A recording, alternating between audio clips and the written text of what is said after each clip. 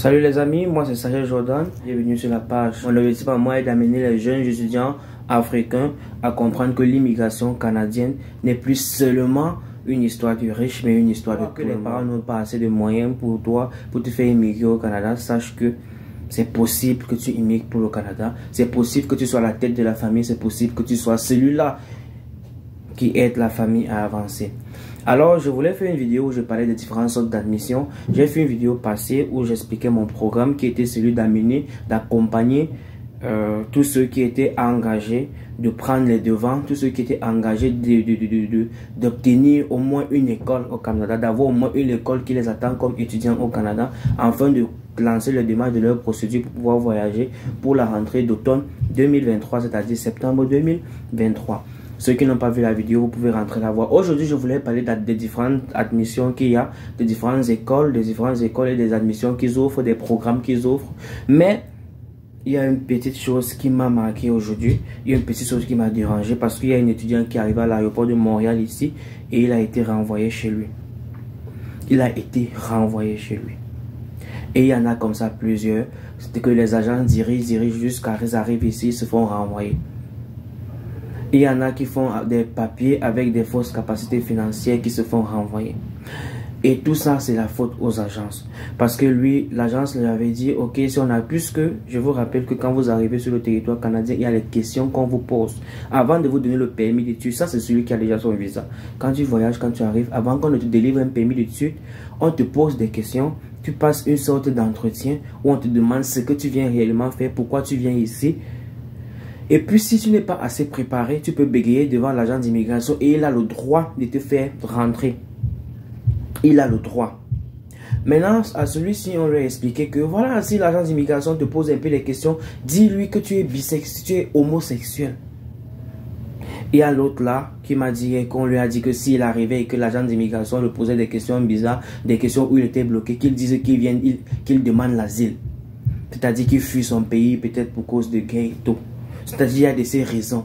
Ce qu'on oublie, c'est que tu dis ça, il faut prouver.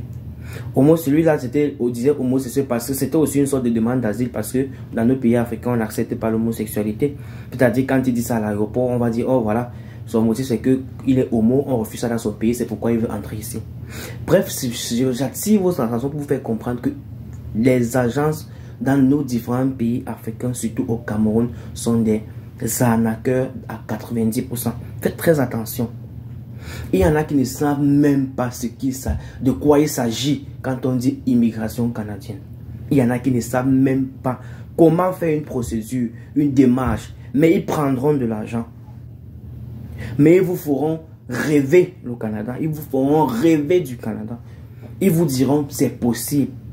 Même s'ils n'ont pas de capacité à vous faire voyager. J'en ai connu plusieurs. Il y a de bons agents, je le dis toujours, mais il y a aussi de très mauvais agents à 90%. C'est ouvert partout parce que le pays, c'est chaud. C'est chaud. Donc, on n'a même pas de licence pour faire ça. Donc, on ne sont même pas conseillers en immigration, mais ils le font. Alors, ma prochaine vidéo sera sur les différentes sortes d'admission et j'expliquerai encore, pour ceux qui n'ont pas peut-être bien compris, le programme. Et bon, soyez connectés sur la page, abonnez-vous si vous n'êtes pas abonné, partagez la vidéo afin que vos proches puissent savoir que le Canada c'est plus une affaire de riches. Ce que je fais comprendre ici c'est que le Canada c'est plus une affaire de riches, mais une affaire de tout le monde. Alors oubliez toute cette histoire qui dit non, le Canada, pour aller au Canada, mon parent doit forcément avoir les millions, mais non. Contactez-moi sur ma page Facebook, je vais laisser encore le lien en description sur cette vidéo. Et puis, bon, la prochaine vidéo, je vous expliquerai comment ça se passe pour les demandes d'admission au Canada. Comment on fait pour qu'une école puisse nous reprendre comme étudiants au Canada. Donc, je suis ouvert à toutes les questions. En commentaire, je serai là, je répondrai à toutes vos questions et vous pouvez aussi me contacter sur ma page Facebook. Alors, ne vous laissez plus arnaquer par les agences au Cameroun et dans les pays africains.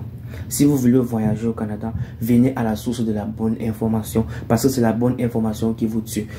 Il y en a des familles ici qui n'ont pas de moyens. Le parent va sacrifier son pauvre 2,5 millions, son pauvre 3 millions, son pauvre 4 millions pour faire la procédure de l'enfant. À la fin, on va lui refuser le visa pour des motifs qu'on pouvait éviter. Je ne dis pas que forcément, quand tu fais ta procédure de la bonne manière, on te donne forcément le visa, mais il y a des motifs de refus qu'on peut éviter. Et bon nombre ne le savent pas.